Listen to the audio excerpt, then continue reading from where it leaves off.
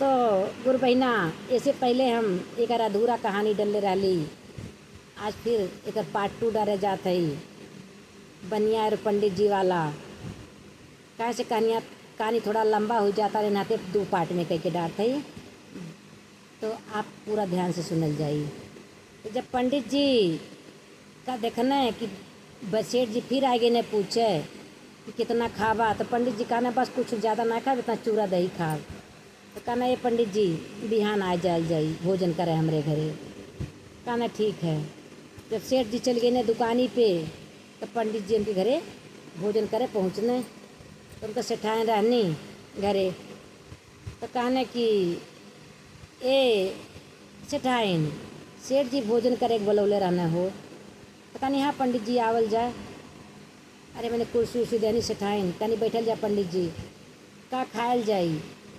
कहने ये पंडिताइन कुछ खाए ज़्यादा मन ना का, तो गर्मी बहुत ज़्यादा बा, पक्का न खाना ना खाव, तनी भर खीर बनाए के खाव।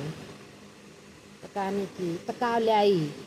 कहने 5 किलो दूध लेवा, 1 किलो मेवात लेवा, आधा किलो चावल लेवा और 1 किलो चीनी लेवा, खाली खीर बनाए के खाव। सेठाइन अपने मन में सोचत यहीं कि सेठ जी तो कहता ना खाली चूरा दही खाई हैं, अभी तो खीर खाए के मांगत हैं। कहीं ठीक है पंडित जी रुकल जा, अब हम ले आवत है। अब सेठाइन गनी उनकर बर व्यवस्था कर दहनी, चीनी दूध मेवात कुल ला के पंडित जी के लगे पहुँचा दहनी। अब पंडित जी बनौने खीर, अब खूब खैने भर हिक ठूस के। अब खैने तो जौन बचल तो सेठाइन के दे दहना। कहने सेठाइन तूहू खाए लिहा और सेठो जी के दे दिहा। तो कहनी अच्छा। तो कहने कि ए सेठाइन हमार दक्षिणा उक्षिणा दे, हम अपने घरे जाई। तो कहती है दादा अपन सेठ जी तो ना कहलन दक्षिणा देवे के। तो कहते हैं देखा पंडित के अगर भोजन करावल जाला तो उन्हें बिना दक्षिणा देले ना भेजल जाला, दक्षिणा देवे के चाहिए। बिना दक्षिणा देले भोजन तोहार सफल ना होई। तो कहनी ठीक है पंडित जी का देई। कहने रे 1 बोरा गेहूँ दे दा, आटा दे दा, 1 बोरा चावल दे दा, 10 किलो दाल दे दा, 5 किलो तेल दे दा, हल्दी मिर्चा मसाला दे दा। अब तो का करे सेठाइन बड़ी मजबूरी में पड़नी, कहीं से फोन एक जमाना तब रहल नहीं, गोदाम रहल घरे और दुकान रहल तनीला में, सेठ जी रहने दुकानी पे। तो सेठाइन अपन निकार 1 बोरा आटा, 1 बोरा चावल, 5 किलो 10 किलो दाल, 5 किलो तेल, हल्दी मिर्चा मसाला कुल दे देनी। जब पंडित जी देखने कुल मिल गया तो कहने कि ए सेठाइन सेठ जी काले रहने कठवा के संदुखिया में 2 मोहर धैल है, वो भी दाई दे दिया। अब सेठाइन बेचारो बड़ा परेशान है, लेकिन पूछें कैसे। अब जब पंडित जी कही देना तो सोचते हैं कि जब सेठ जी बतौले ना होते हैं तो पंडित जी जनते कैसे कठवा संदुखिया में रखल बा। तभी सोच के सेठाइन ला के 2 मोहरियो दे देनी पंडित जी के। अब पंडित जी जब लेके चलने अपन लड़िया लाद लहना लेके चलने घरे अने, तो उनकर मलकिन कहत हैं ये इतना कहाँ से ले ला है। तो कहते हैं सेठ जी घर से ले ली है। तो कहते हैं कि ये तो 2 दाएँ पूछ ले तो 1 52 खियौना है, तो इतना कैसे दे देना तुमके। तो कहना वो थोड़े देना है, उनका मलकिन रहनी है। तो पंडिताइन कहती हैं अब तू लाठी खाए बिना तैयार हो जा। जब तू धोखा से लेके आयल है सेठाइन से तो बिहान सेठ जी आई हैं।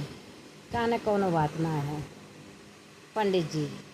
अब रात में खाने पीने पंडित जी सुतने, सवेरे अपने मलकिन से कहना कि एक काम करा, 1 पाव आटा ला के गुल के घोर दे, हमारे खटिया कारियारी छिचकार दे, और हम चदरा ओढ़ के सुत जात हई।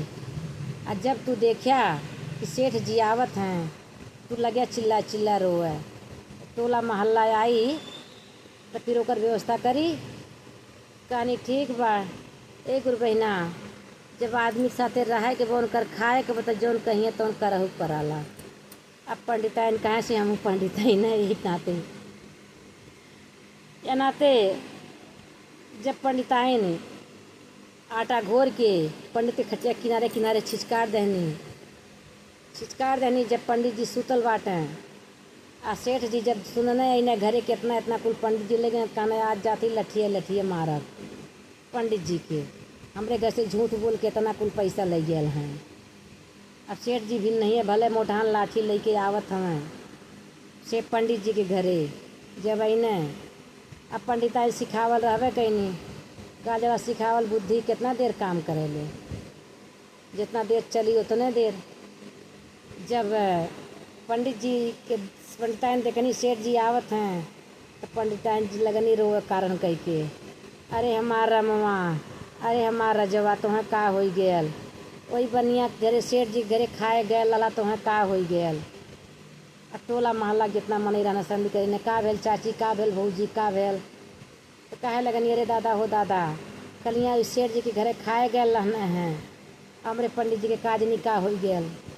अब गाँव भर लाठी लेके दौड़ा लला सेठ जी के। अब सेठ जी के जान बचावत परले भइल। अब सेठ जी हाथ जोगे खड़ा भई न कहना ए बाऊ हम तो घर रहबो ना कैली जब ही खाए गए रहने हमारे मलकिन रहनी है उन्हीं से ही कहने हम खीर खाबो खीरी गुरु प्रसाद दहनी बनाए कि खाए के खाबो कहने हमें प्रसाद हो दे के आयल रहने। अब कुल गाँव वाले कहा लगना तू ही कुछ कैला तब चाचा की तबीयत खराब भइल ना चाचा तबीयत ना खराब होत। सेठ जी 5,000 और निकाल के दहने कहना ये बाबू ले जा पंडित जी के दवाई करा दा हमें मारा गरिया वजिन हम हाथ जोड़त है हम घरे ना रहली। अब सेठ जी 5,000 दे के अपने घरे जब गई न तो गाँव भर जब इकट्ठा भयल पंडित जी उठ के बैठ गई न कहने यह देखा सेठ के थुआ बाय सेठ एक ब्राह्मण खिया बिना दुई दांत पूछे आयल हमें यही के नाते इसे कैली है। श्री गुरु महाराज की।